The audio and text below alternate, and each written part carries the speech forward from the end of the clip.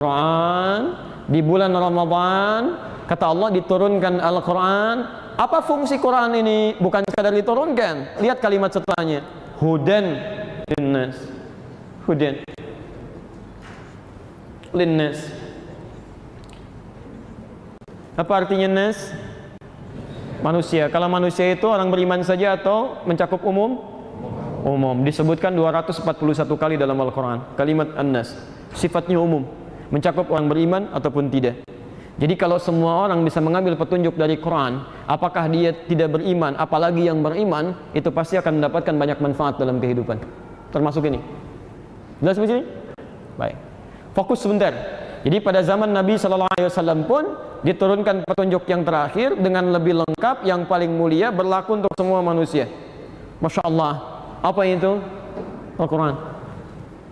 Saya berikan ilmu ya sedikit dulu dalam kaidah. Jika ada sesuatu diinformasikan, dikaitkan dengan waktu atau tempat yang istimewa, ini menunjukkan bahwa informasi yang disampaikan begitu penting. Ya, sangat pentingnya dengan waktu dan tempat yang istimewa itu. Ya. Saya beri contoh misal. Di antara sekian hari yang paling istimewa hari apa? Hari Jumat ya. Kemudian ada informasi di hari Jumat ya, dilekatkan dengan namanya. Maka informasinya begitu penting, jangan sampai ditinggalkan, karena itu senilai dengan kemuliaan waktunya. Ya. Baik, Quran surah ke-62 misalnya, Al-Jumu'ah, langsung namanya Jum'ah. Ya, tentang harinya. Ayat ke-9, posisi paling kiri sebelah atas. Ya ayyuhalladzina amanu, hai orang-orang yang telah memiliki iman, idza nudiya lis-sholati min yaumil jum'ah. Bahasa Qurannya bukan salat Jumatnya. Bahasa Qurannya, jika Anda diseru, diingatkan untuk menunaikan sholat di hari Jumat. Min yaumil jum'ah, di hari Jumat, di sebagian waktunya. Kalimat sholat, itu di ayat sebelumnya sudah banyak kalimat sholat. Al-Baqarah ayat 3, alladzina yu'minuna bil ghaib wa yuqimunas shalah, gitu kan? Wa aqimis shalah, wa aqimus shalah, banyak. Tapi kalimat sholat di sini dilekatkan dengan satu hari yang sangat istimewa. Artinya, sholat yang ditunaikan pada hari Jumat ini memiliki nilai berbeda dengan sholat-sholat yang biasa ditunaikan, senilai dengan keutamaan Jumatnya. Jadi kalau Anda meninggalkan sholat yang bertepatan dengan di hari ini, itu ruginya luar biasa, seakan-akan kehilangan keutamaan Jumat. Jelas di sini? Sekarang ada satu petunjuk yang diturunkan oleh Allah Subhanahu wa taala, ya, dipilih waktu yang terbaik. Ya. Kalau hari Jumat itu yang terbaik di dalamnya, waktunya kapan? Ya? Badasar ya. Kalau di sebelah harinya, ya seharinya bagus semua. Ya, yaumul Jumat berarti seharinya bagus semua tuh. Sehariannya bagus. Walaupun kata Nabi dari seharian itu ada beberapa sekejap yang lebih baik dibandingkan dengan kesehariannya itu. Ada yang menafsirkan di antara dua khutbah, ada yang menafsirkan ba'da asar, tapi pada intinya kata para ulama, kalau Anda tidak ingin kehilangan momentum itu, setiap detiknya manfaatkan beramal soleh, maka Anda tidak akan kehilangannya. Tapi Masya Allah, ada satu waktu yang bukan setiap harinya bernilai kebaikan, dalam sebulannya semua bernilai, dilipat gandakan pahalanya, peluang dosa terampuni, rahmat diturunkan, malamnya luar biasa, sampai-sampai jangankan yang biasa ibadah, yang jarang ibadah pun jadi tergerak tuh. Masya Allah, yang jarang ke masjid di saf pertama dalam sholatnya, yang nggak pernah baca Quran bisa pegang mushaf, gitu kan? Bulan apa itu? Ramadan. Ya, Allah memilih dalam sekian perjalanan bulan sampai tahun, dipilih bulan Ramadan. Ketika bulan yang istimewa ini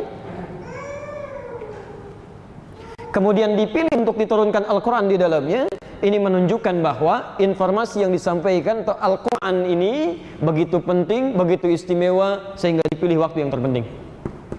Jelas di sini?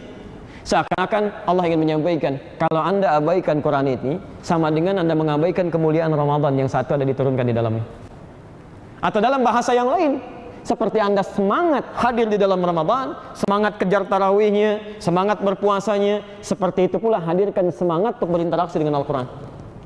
Jadi agak aneh kalau ada orang-orang yang saat Ramadan rajin ibadah, tapi ketika bertemu dengan Al-Quran jadi menjauh. Itu aneh. Ya. Karena sama kemuliaannya itu sama-sama penting di sini. Ya, jelas ya? Baik. Apalagi kalau ada orang mempersoalkan isi Quran, itu lebih aneh lagi. Ya, lebih aneh lagi. Ya. Pelan-pelan. Baik. Karena ini penting, Beda dengan kitab sebelumnya, maka Allah pun tambahkan penutup pelengkap yang tidak ditemukan di kitab-kitab sebelumnya. Ya. Saya langsung ke ujung ayatnya, yuridullahu bikumul yusra.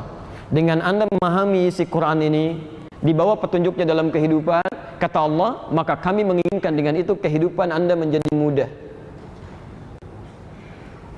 Wala yuridu bikumul usra. Masya Allah. Dan Allah tidak menghendaki kehidupan Anda susah, ya, mudah. Masya Allah.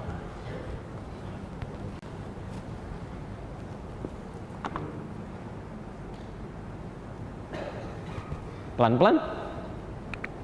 Jadi tidak cukup kata Allah hidup itu bahagia saja, tenang saja, senang saja, tapi hal yang dijalani tidak mudah.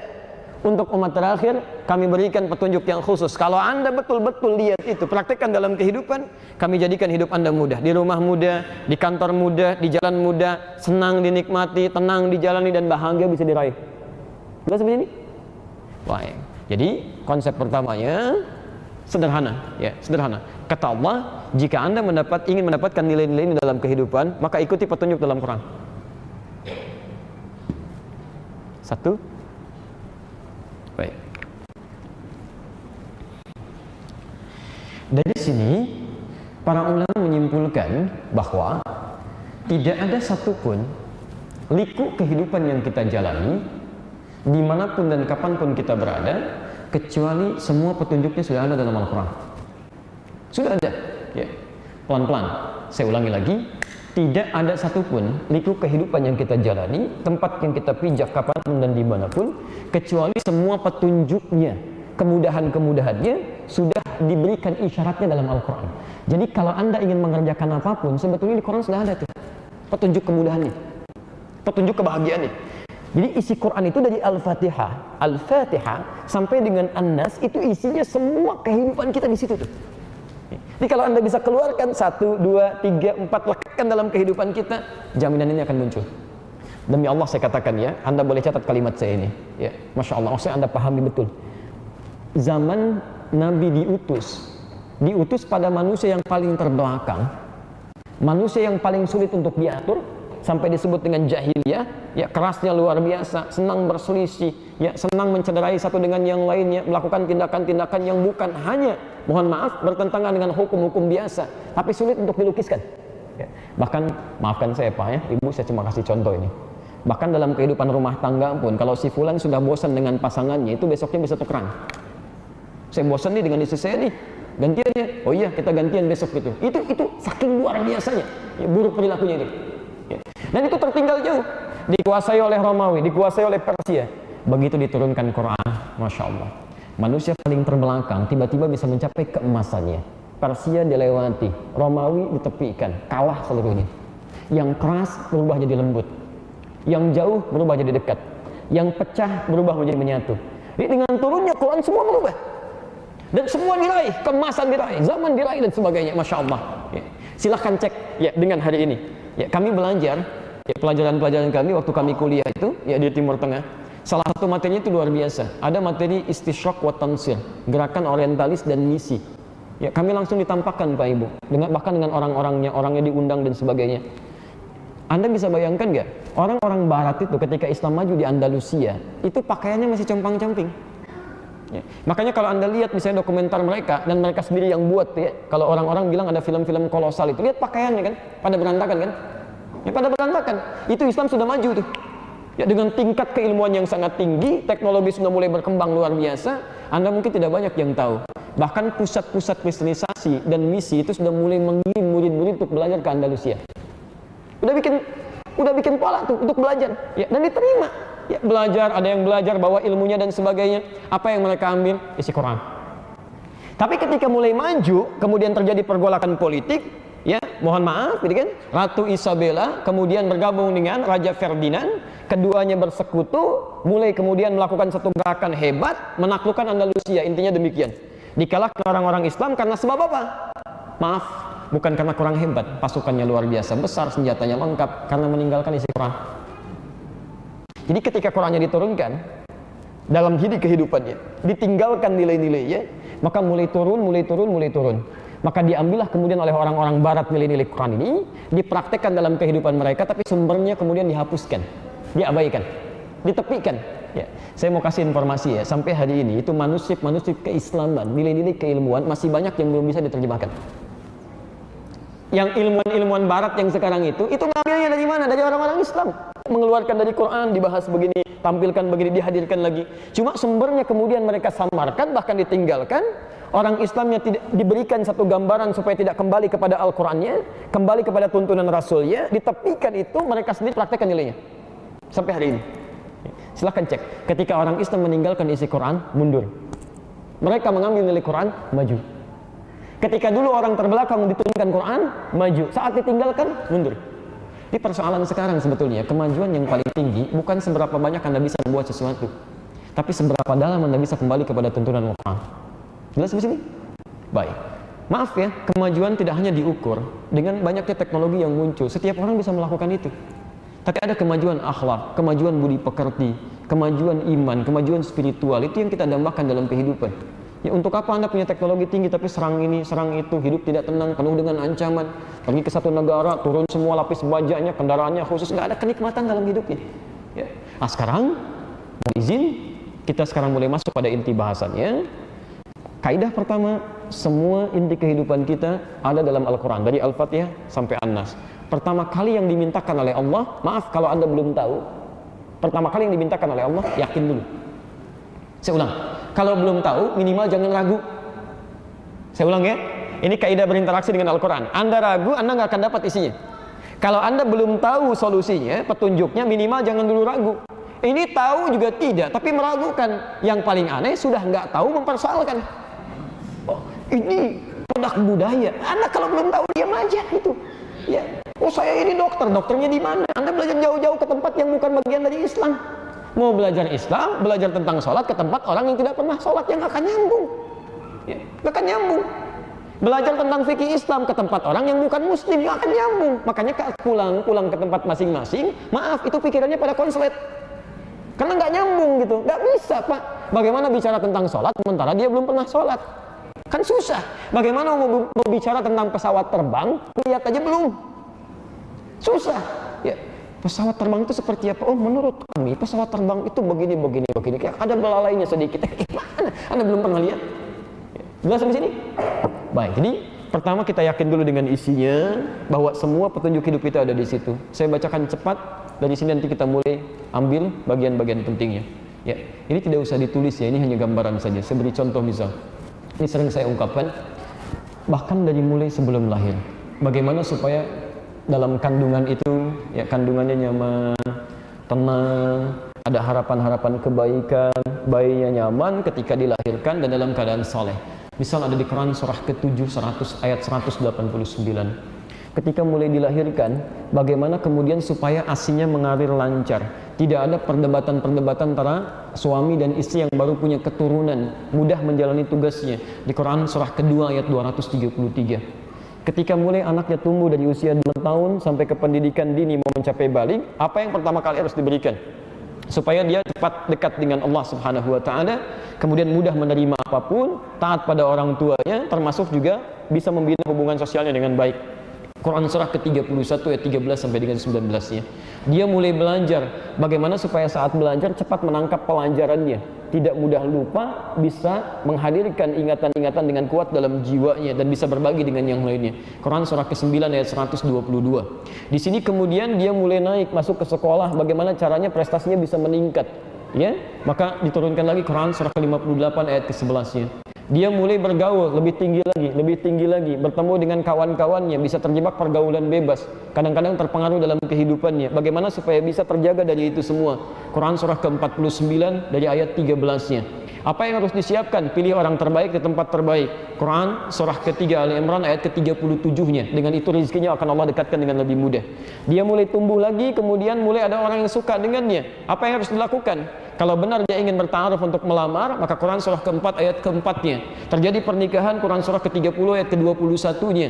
Setelah menikah, apa peran suami istri pertama kali yang harus dilakukan supaya kompak dalam membinanya? Quran surah keempat ayat 34-nya. Apa tugas pertama kali suami saat mulai menjadi seorang suami? Dia mencari nafkah. Bagaimana caranya? Kalau yang standar, Quran surah kedua ayat 168. Kalau baru bergerak, rizkinya ingin cepat datang, Quran surah kedua ayat 172. Kalau belum bergerak tapi rizkinya sudah mencari-cari Anda, Quran surah ke-7 ayat 96. Saya ingatkan dari awal, jangan mencoba untuk mencatat mengejar gitu kan. Karena saya sudah ingatkan dari awal. Nanti kalau kurang Anda bisa tanyakan supaya lebih cepat. Baik. Kemudian kalau tugas suami mencari nafkah, istri apa yang dilakukan? Dia bisa merawat rumah tangganya. Tapi itu tidak mudah. Ya kadang-kadang anaknya rewel, bisa mengatakan dan sebagainya. Hadirkan Quran surah ke-17 ayat ke-23. Dua-duanya ini tidak mudah dilakukan. Ya, suami mencari nafkah, istri merawat di rumah. Apa dikira merawat anak itu mudah? Tidak, belum tentu. Ya, apa mencari nafkah juga mudah? Belum tentu juga. Teman-teman sekalian, kadang-kadang bisa merasakan misalnya sakit yang ringan-ringan, Quran surah ke-26 ayat ke-80-nya. Ada sakitnya juga yang semakin parah, kata orang ini mustahil nih, susah nyari obatnya. Bagi Allah tidak ada yang mustahil. Saat orang mengatakan mustahil, cepat kembali kepada Allah Subhanahu wa taala. Quran surah ke-21 ayat 83 sampai dengan 84-nya. Kadang-kadang ada kesulitan yang kita hadapi, bagaimana jalan keluarnya? Quran surah ke-17 ayat ke-79 sampai dengan 81-nya. Kadang-kadang kesulitannya berat luar biasa, membuat mata gelap, nafas sesak. Apakah ya Allah ada enggak solusinya? Ada. Quran surah ke-21 ayat 87 sampai dengan 88-nya. Bagaimana tingkat persoalan supaya saya belajar dari awal ya Allah? Quran surah kedua ayat 214-nya. Solusinya seperti apa dari awal supaya saya pelajari ya Allah? Quran surah ketiga ayat 142-nya. Semakin Anda bergerak, semakin cepat. Dalam kehidupan kadang-kadang ada yang berumah tangga, ya belum dianugerahi keturunan. Orang mengatakan ini mustahil. Bagi Allah tidak ada yang mustahil. Jangan putus asa dalam berikhtiar. Sekalipun fisikmu sudah letih, rambutmu sudah memutih, seperti di Quran surah ke-19 ayat ke-4 sampai dengan ayat 11-nya itu. Syukuri. Bagaimana melakukan berdoanya ya Allah, bermohonnya? Ada di Quran surah ketiga 38 sampai dengan 39-nya. Kalau Anda sudah dapatkan itu berketurunan sampai anaknya usia 40 tahun, 50 tahun, orang tuanya masih ada, bisa enggak membalasnya ya Allah? Belum tentu bisa dilakukan, tapi kamu bisa mencoba untuk melakukan yang terbaik di Quran surah ke-46 ayat 15-nya itu. Ketika Anda mulai tumbuh, ada kenikmatan dirasakan. Ya Allah, nikmat benar hidup ini. Jangan terlalu bahagia, syukuri itu supaya saya bisa tambahkan kepada kamu. Quran surah ke-14 itu di ayat ke-7-nya. Ya Allah, ada persoalan dalam kehidupan ini, bagaimana saya mengatasinya? Sabar, tingkatkan, dengan itu kamu akan bahagia. Quran surah kedua ayat 155 sampai 157-nya itu. Teman-teman sekalian, sampai di ujung kehidupan pun Anda mengatakan, ya Allah, apakah saya akan hidup selamanya? Tidak. Kamu pasti akan pulang. Bagaimana caranya? Ada di Quran surah ketiga ayat 185. Namanya maut. Kullu nafsin dha'iqatul maut. Bagaimana maut itu datang ya Allah? Ada yang enak, datangnya tenang, memanggil Anda dengan kalimat yang nikmat. Quran surah 89 ayat ke-27 sampai ayat ke-30. Ya ayat Tuhan nafsun mutmainah dan seterusnya. Ya Allah, ada enggak yang selain itu? Ada. Ada yang kalau ingin sedikit lebih menegangkan boleh sambil dipukulin malaikat. Ada di Quran surah ke-8 ayat ke-50-nya. Ya Allah, bagaimana setelah itu yang terjadi? Kamu akan hadir di satu tempat yang tidak biasa, namanya alam kubur. Nikmat enggak ya Allah? Kalau ingin silahkan. Saya ingin persiapkan. Saya tahu malam pertama di alam dunia. Bagaimana malam pertama di alam kubur? Siapkan dari sekarang. Quran surah 3 ayat 169 sampai dengan 171-nya. Teman-teman sekalian, ya Allah, bagaimana yang lain? Apakah ada juga selain kenikmatan? Ada yang tiap hari ditampakkan api neraka. An-naru yu'raduna 'alaiha. Ya, di mana itu ya Allah? Ada di surat Ghafir. Quran surah ke-40 itu dari ayat 46 sampai dengan 48-nya. Ya Allah, setelah itu apa yang terjadi? Ada hisab yang akan terjadi. Ya, ada yang tegang, ada yang masuk surga langsung tanpa hisab, tenang hidupnya, diberikan kabar gembira sejak di dunianya. Quran surah kedua ayat ke-25-nya. Ada yang masuk neraka tanpa hisab, langsung diperlihatkan kepada dia, tempat kamu ada di sini. Jangan banyak pikir tentang hisab. Quran surah ke-18 ayat 100 sampai dengan 101-nya. Hadirin, kemudian setelah itu kemana ya Allah? Kamu bisa pilih yang masuk surga. Ingin surganya dekat dengan Rasulmu? Silahkan lakukan amalan ini. Quran surah ketiga 31. Surganya yang kedua apa ya Allah? Ada di taman surga, segala kenikmatannya Allah yang berikan. Quran surah 51 ayat 15 sampai dengan 23-nya. Ada lagi yang ketiga, surga seluas langit dan bumi. Quran surah ketiga ayat 133 sampai 134-nya. Demikian seperti neraka pun ada tingkatan-tingkatannya.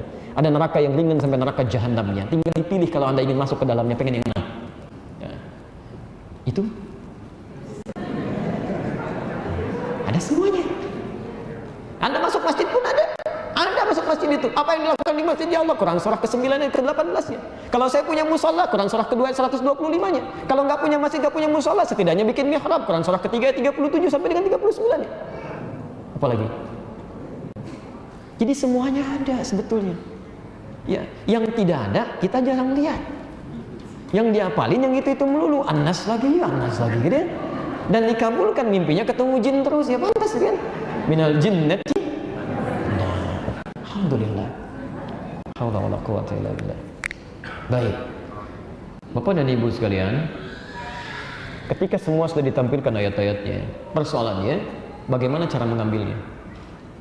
Bagaimana cara mempelajarinya? Maka diturunkan kemudian oleh Allah Subhanahu wa taala dua kaidah. Kaidah pertama, ya, hati-hati, kaidah ini penting. Biasanya yang penting tuh nggak langsung tampak gitu ya. Kosong dulu seperti ini tuh ya. Jadi kalau udah nyambung, tak baru masuk ya. Baik. Quran surah ke 59 ayat ke-7. Baik. Di ujung ayatnya. Pelan-pelan. Tadi Quran diturunkan pada siapa? Pada Rasul ya. Nah, sekarang Rasul kita Muhammad SAW dipilih oleh Allah untuk menerima Al-Quran dan menyampaikan isinya. Anda sudah tulis di dalilnya Quran surah kedua tadi ayat 129 sampai 100 dan 151. Sekarang kalau Rasul SAW sudah membawa petunjuk Al-Quran ini, maka kaidahnya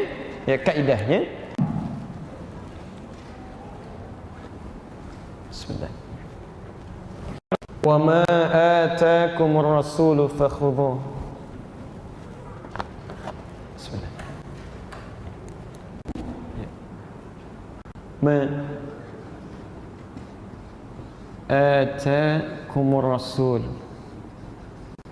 Bismillah. 1, 2. Cuma 2 ini pilihannya, seperti tertuang di layar sebelah samping sana. Perhatikan sini, ya, di ujung ayatnya, wa ma dan semua. Ingat betul kalimat ini ya. Ma itu huruf yang menunjukkan keterangan, benda, ajaran tanpa batas sifatnya. Jadi nggak ada batasnya. Bisa diartikan segala atau semua.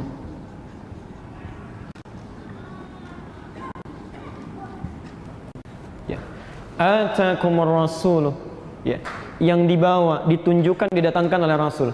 Lihat sekarang kalimatnya menggunakan ata. Ya. Ata itu ata ya'ti. Kalau ata yu'ti, itaan, muncul kata ita, bu ita, misalnya kan ada yang namanya ita. Dari kata ata asalnya. Ya. Sesuatu yang disampaikan dengan tulus. Disampaikan dengan tulus. Makanya kalimat zakat di Quran itu selalu diawali dengan kalimat ini. Ya, dengan turunan ini. Al-Baqarah ayat ke-43. Wa aqimus shalah wa atuz zakat. Itu jamaah dari ata. Jadi kalau Anda ingin berzakat, Anda nggak usah mikir banyak hal. Memang kewajiban Anda, keluarkan aja dengan tulus. Yang punya hartanya bukan kita. Oke? Terus kemudian harta itu bukan milik kita, punya orang lain, hak orang lain yang harus kita keluarkan. Ya.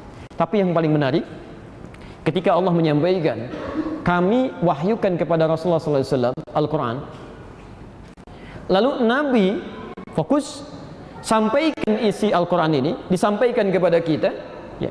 Kata Allah, Rasul ini ketika menyampaikan itu tulus, gak punya motif apapun. Ya.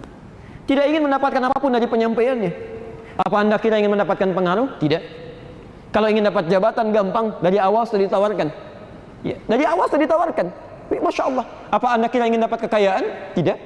Tawaran sudah banyak, tapi tidur dengan keadaan yang sangat sederhana. Ya. Masya Allah. Ya. Jadi ada sesuatu yang sangat menarik di sini. Ya. Seakan-akan ingin mengatakan bahwa kami pilih seorang Rasul untuk menyampaikan kepada Anda misi yang sangat penting, dan dia tidak punya kepentingan gitu. Ya, gak punya kepentingan dengan kita, semua yang diberikan untuk kita. Makanya dalam bahasa hadis, ketika menyampaikan risalah, itu selalu yang keluar kalimat umatku. Silahkan cek, ummati. Saya seringkali menangis kalau udah sampai kepada inti-inti yang seperti ini. Itu luar biasa ya. Mau berkorban minimal 100 ekor yang disebut umatku. Ya, hadis riwayat Ibnu Majah nomor hadis 3221. Dalam keadaan sekaratnya, menjelang wafatnya, kalau Anda kumpulkan hadis-hadisnya, yang hadis sering dilihat kadang-kadang riwayat Al-Bukhari saat Fudail membawa air wudhu, kemudian beliau berwudhu lalu wafat di pangkuan Aisyah itu kan, itu baru satu hadis. Kalau Anda kumpulkan hadis-hadis yang lainnya, di sampingnya ada Sayyidah Aisyah, ada Fatimah putrinya, ada Ali bin Abi Thalib, setelah menyampaikan wasiat macam-macam disebut tuh bukan mereka, tapi umatku, umatku, umatku, ummati, ummati. Anda yang disebut. Ketemu aja nggak pernah gitu kan. Jadi memang ada ketulusan dalam jiwa beliau, nggak ada sesuatu yang diinginkan. Ya, bahkan dalam beberapa kesempatan ada kalimat-kalimat saya sudah merindukan saudara-saudaraku. Saya rindukan saudaraku. Kemudian orang-orang di sekitarnya mengatakan, ya Rasulullah, alasta ikhwanak, bukankah kami saudara-saudaramu? Ya, kata Nabi, bukan, kalian bukan saudaraku, kalian itu sahabat-sahabatku. Saudara-saudaraku itu adalah umatku yang tidak pernah melihat aku tapi beriman kepadaku. Jadi Nabi itu merindukan pertemuan dengan kita, masa Anda juga rindu gitu kan? Nah, jadi dari sini ada ketentuan dalam Al-Quran, ya kata Allah, kalau hidup Anda ingin mudah, ingin senang, ingin tenang, dan ingin bahagia menjalaninya, maka semua yang dibawa oleh Nabi dalam kehidupan kita cepat ambil. Fakhudhu, khudhu itu kalimat yang menunjukkan makna cepat. Khudh, cepat. Ya, jangan beri jeda gitu, cepat. Ya. Jadi begitu Anda mendapatkan sesuatu, Anda ingin ambil, langsung raih begini, itu khudh namanya. Ya, fakhudhu, cepat ambil, jangan tinggalkan. Jadi kalau ada ketentuan yang lain, sementara Nabi membawa ketentuan, yang lain tinggalkan, yang dari Nabi ambil. Jelas di sini? Baik. Kalau sudah jelas, sekarang perhatikan.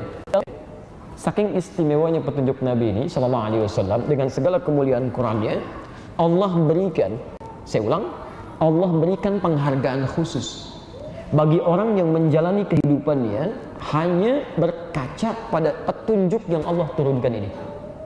Saya ulang ya. Jadi ada orang-orang yang setiap aktivitas dia kerjakan, dia lihat petunjuknya. Qurannya minta apa nih? Petunjuk Nabinya seperti apa? Maka dia selalu pastikan ini sesuai petunjuk, sesuai petunjuk, sesuai petunjuk. Orang seperti ini, maka langsung diturunkan satu ayat oleh Allah Subhanahu wa taala untuk menyifati sikap-sikap yang pernah ia kerjakan demikian. Ada di Quran surah ketiga ayat 31. Posisi paling kiri sebelah atas. Qul in kuntum tuhibbunallaha. Katakan Muhammad sallallahu alaihi wasallam, jika kalian mencintai Allah, saya ulang, jika kalian serius mencintai Allah, fattabi'uni, maka ikuti aku, ikuti petunjuk Nabi. Jelas di sini? Ya. Poinnya bukan di sini, ini masih normal. Selanjutnya, lihat kalimat selanjutnya. Yuhibbukumullah. Ikuti seluruh petunjuk Rasul dari mulai bangun tidur sampai dengan tidur lagi. Ya, kalau ada yang mengatakan bangun tidur lakukan ini, kata Nabi bangun tidur kerjakan ini. Petunjuk Nabi itu yang paling hebat. Anda mau makan, kata orang-orang kerjakan seperti ini, kata Nabi enggak, kerjakan seperti ini. Petunjuk Nabi lebih bagus. Ketika Anda ikuti petunjuk Nabi, bukan hanya jaminan tadi yang dihadirkan, tapi kata Allah, yuhibbukumullah. Satu, orang-orang ini langsung akan diturunkan cinta Allah kepadanya. Dicintai oleh Allah. Dan kalau Allah sudah mencintai seorang hamba, yang diberikan bukan dunia, wa yaghfir lakum dzunubakum, dan diampuni semua dosa-dosanya. Semua dosa-dosa. Ya. Mohon maaf, ada di antara kita yang tidak punya dosa hari ini? Boleh angkat tangan? Yang sedikit? Yang banyak? Oh, saking banyaknya susah gitu ngangkatnya ya. Ya sama gitu. Dosa-dosa itu yang membuat, maaf ya, organ tubuh kita sulit melakukan kebaikan. Jadi kalau yang kotor sudah nggak ada, yang bersihnya muncul. Kalau pandangan yang kotor nggak ada, pandangan yang baik muncul. Kalau pendengaran yang kotor sudah nggak ada, yang baik-baik yang muncul. Kalau kosakata yang kotor sudah nggak ada, yang baik-baik yang keluar di lisannya. Jadi kalau Anda masih bisa mengatakan yang kotor punya kosakata, itu artinya masih ada yang buruk dalam jiwanya. Dalam keadaan apapun. Al-Hasan, cucunya Nabi SAW. Kenal Hasan bin Ali? Alhamdulillah. Kalau kenal mencurigakan gitu ya. Baik. Cucunya Rasulullah SAW, Masya Allah. Satu kali beliau punya anak, namanya nama kakeknya Muhammad ya. Baik. Jalan di pasar dalam situasi fitnah kubra luar biasa, dicela oleh orang Pak, dicela itu ya. Kan ketika Masya Allah ya, sahabat Nabi, menantu Nabi ya, orang mulia luar biasa Ali bin Abi Thalib, semoga Allah muliakan beliau gitu kan, kemudian wafat ya, syahid dan melahirkan keturunan di antaranya Al-Hasan dan Al-Husain. Al-Hasan sedang jalan dengan putranya Muhammad, tiba-tiba di pasar dicela Pak, dicela habis-habisan. Kamu begini, begini, begini, begini, kakekmu begini, begini, maaf, bapakmu begini, begini, begini. Hamil tuh suasana itu. Hasan tuh diam aja, diam gitu. Sampai ketika orang itu pergi, anaknya bertanya, Ya abati, lima lam tarud. Pak, kenapa nggak dijawab katanya? Klarifikasi, bapak kan nggak begitu. Lihat jawabannya. Wala adri kaifa arud. Saya nggak tahu bagaimana mesti meresponnya. Karena dari saat mendengar itu mencari kosakata nggak ketemu di dalam hatinya itu, saking bersihnya, saking baiknya. Jadi nyari kata-kata kasar itu, nyari kosakata yang kasar nggak ketemu. Hanya untuk sekedar mengatakan begini, misal, maaf ya, kamu pun tidak lebih baik daripada saya, itu nggak ketemu kata-kata itu, saking bersihnya gitu. Ya. Jadi kalau